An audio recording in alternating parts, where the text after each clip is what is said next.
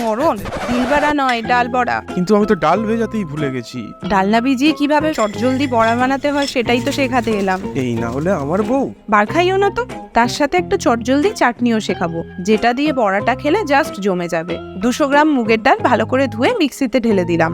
অল্প জল দিয়ে বাটতে হবে। একবার করে মিক্সিটার ঢাকনা খুলে 1 চামচ করে জল দিয়ে সব ঘেঁটে আবার বাটতে থাকুন। খুব মিহি করে বাটবেন না, একটু দানা দানা থাকতে দেবেন, যাতেও কাউকে না বলতে পারে আই এম ফাইন।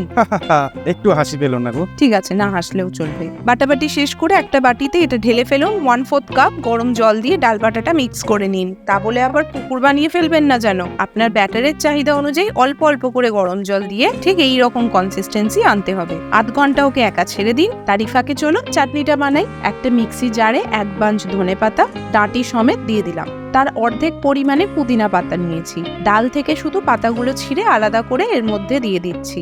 2 টুকরো আদা, 3টে কাঁচা লঙ্কা, 1 টিস্পুন ড্রাই রোস্ট করা জিরে, অর্ধেক পাতিলেবুর রস, হাফ টিস্পুন আমচুর, কয়েকটা বরফের টুকরো দিয়ে মিক্সি করব। আমচুর না থাকলে গোটা পাতিলেবুর রসটাই দিয়ে দেবেন। আচ্ছা হ্যাঁ, বিট নুনও দিতে হবে হাফ টিস্পুন মতো, সাথে 1 পিঞ্চ সাদা নুন। সবকিছু দিয়ে ভালো করে ব্লেন্ড করব।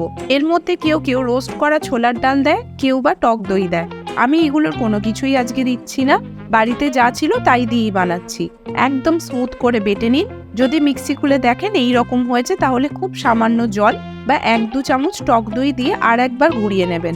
একদম স্মুথ হয়ে যাবে। আবার এসেছি ডালবাটাকে ডিস্টার্ব করতে। 1 টেবিল স্পুন আদা কুচি ও পরিমাণ মতো কাঁচা লঙ্কা দিয়ে দিলাম। স্বাদ মতো নুন। মনে রাখবেন পরে আবার বিট নুন ও চাট মশলা ছড়াবো, তাই বুঝে শুনে নুন দেবেন। আর 1/4 টিস্পুন হলুদ। ব্যাস 1 চিমটে খাবার সোডা দিয়ে ফেটিয়ে নিন। হুইস্ক কিংবা হাত দিয়ে হাত ব্যথা হওয়া পর্যন্ত এই কাজটা কিন্তু করতে হবে। এবার সাদা তেল গরম করে একদম ছোট্ট ছোট্ট করে বড়ার আকারে ছেড়ে দিন। ভাজাভুজি সবসময় মিডিয়াম আঁচে করবেন, এতে বড়ার ভেতরটা কাঁচা রয়ে যাওয়ার সম্ভাবনা থাকবে না। বড়াগুলো নিজে থেকেই তেলে ভেসে উঠবে। কড়মড়ে করে ভেজে তুলে রাখুন। ভেতরটা কিন্তু হবে সফট।